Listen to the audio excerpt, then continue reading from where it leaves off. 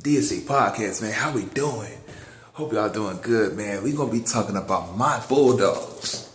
Georgia Bulldogs beating the hell out of Clemson 34-3. But I tell you what, boy, that offense in the first half with both teams were non-existent. I mean, only 6-0 in the first half. Clemson's defense is real good. Of course, their D-line is real good. The secondary was mediocre. Mediocre to average at best. Man, Cade, I feel bad for him. I really do. Like I said, that offensive coordinator, I don't know if it's his scheme. I don't know if they're allowing Cade to run his type of system. But that offensive coordinator is going to get him messed up. I think he only had like 130 or 40 yards passing. I think they only had 187 yards in general versus Georgia. And I know we had like 447 yards, I think, overall. The run game was non-existent for Clemson. Receivers, they had some good plays on us. Bring Stu had this crazy one-hand catch on us. It was crazy. I mean, Everett was all over him. He just caught it like this. It was like Randy Moss once said. It was crazy. So, the defense, for Georgia, of course, you expect Georgia to be the, you expect that from Georgia. But that defense maybe, I'm not saying it, but throughout the year, if they play like that could be competed with the 2022 defense from Georgia. And that defense is scary. So, we gonna see what Georgia's defense is like. Of course, we had some freshmen playing defense. KJ Bolden, Ellis Robinson playing the secondary. I see it was second team position. I see Malachi Starks. He's probably the best safety in college football. I'm not saying that because I'm a Georgia fan. I'm just saying he just do things that'll make you look like it's just insane. I don't think he could do that. Michael Williams, of course, got hurt. Chop block. They did a little chop block on him. Hurt his leg. Dylan Bell got hurt too. I think he had cramps, but they probably gonna sit him out versus Tennessee Tech. I would sit most of my starters out versus Tennessee Tech. I ain't gonna lie. Carson Beck, I think he had 280 yards passing. It needed 2 touchdowns. I know he threw one to Kobe Young and London Humphreys, two transfers from Miami and Vanderbilt, and they played good. Nate Frazier, he might be the next running back for Georgia. He might be the next great running back in Georgia. He might be 83 yards off 11 carries, and I think he had like either 24 yards receiving. You know what I'm saying? Like, this dude's going to be the next great Bulldog, bro. I don't know. He's a freshman. We're going to see what they do with Trevor Etienne next week. Because I think he's only got suspended for 1 game. I don't know if he got suspended for a bunch of games, 2 games or 3 games. I just only know he got suspended for the Clemson game. Offense was kind of slow on first half. They didn't really do nothing until the second half, of course. It's kind of like that second half team we had last year. I feel like, with our second half, if we play like what we were in the second half this last game, yesterday, I feel like we can definitely beat anybody in the nation. And like we said, man, that defensive line too, they were getting back there too. That offensive line as well. Georgia's O-line is good this year. It's real good this year. Only got sacked 1 time, I think Carson Beck did.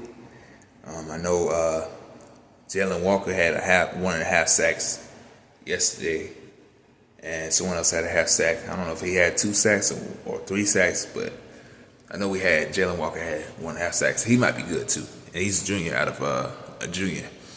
How do I feel? What rating would I give this team for their first game? The Georgia Bulldogs, of course. I would give them a A-.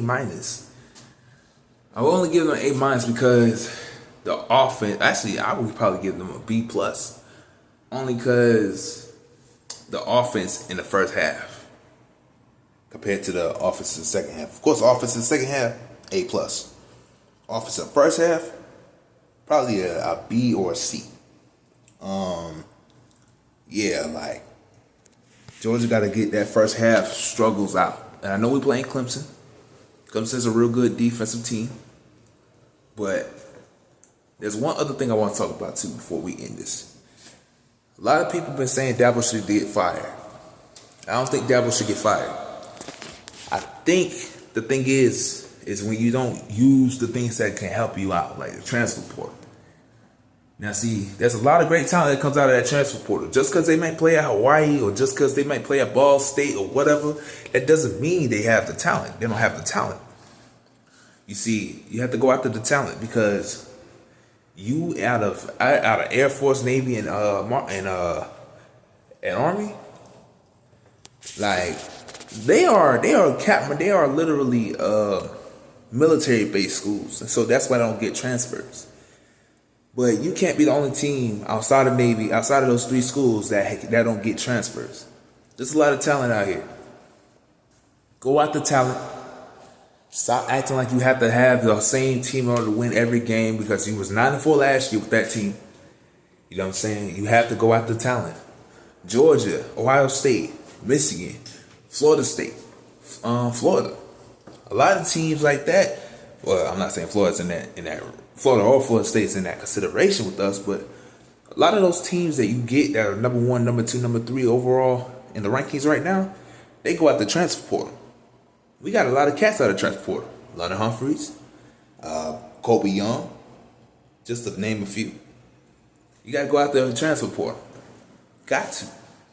Can't play with the same team. You really can't play with the same team. You gotta do something. I know you don't want to restart over it. You don't want them to adjust to your team. You don't want to go through all that, but you got to. It's getting to a new era when you have to. Because that transfer portal in 2013, 2014 stuff, that wasn't really a thing until it is now. Especially with NIL being a thing. So you got to use your transfer portal. Got to use the transfer portal. Don't be ego. Don't use your ego. Go after the players that wants to come to Clemson. Because there could be some dogs out there. And go get it. That's all I got to say about that. You know what I'm saying? I don't think Davos deserves to be fired. But I do think that, you know what I'm saying, getting beat by 31 to Georgia is, you know what I'm saying, you would want that to be more competitive. So, that being said, DSA Podcast, man, make sure to subscribe, like, and share. And if you're a Clemson fan, let me know in the comment section below how you feel about the game and what do you think the adjustments should be. I know the offensive coordinator, he's garbage. I seen it, the play calls in the game yesterday. If y'all watched the live stream with y'all, thank y'all so much for showing up. Play calls was trash, bro. I'm sorry. Our offensive coordinator gotta go. But let me know what you think. You know what I'm saying? Let me know what you how you felt about the game and what do you need to do to NC State next week? What adjustments you gotta do next week versus NC State? And as a Georgia fan, y'all Georgia fans, go Dogs, man. Let me know in the comment section below what y'all think about the game. And let me know what do you think we should do better. And how do we feel about beating Tennessee Tech? We're going to beat Tennessee Tech now. Come on. But how do y'all feel about, playing Tennessee Tech next game? And what do you think we should do? Nate Frazier, y'all let me know. If Nate Frazier's the next Georgia Bulldog, like the next running back. Todd Gurley, Sonny Michel, Nick Chubb, Herschel Walker, Garrison Hurts, is he a part of that? Is he gonna be a part of that? Or, how do you feel? How you feel about the receivers? How do you feel about the O-line? How you feel about the D-line? How you feel about the safeties and the corners? Let me know. That being said, DSA Podcast, I love y'all. I appreciate y'all. Thank y'all so much. Again, we're out.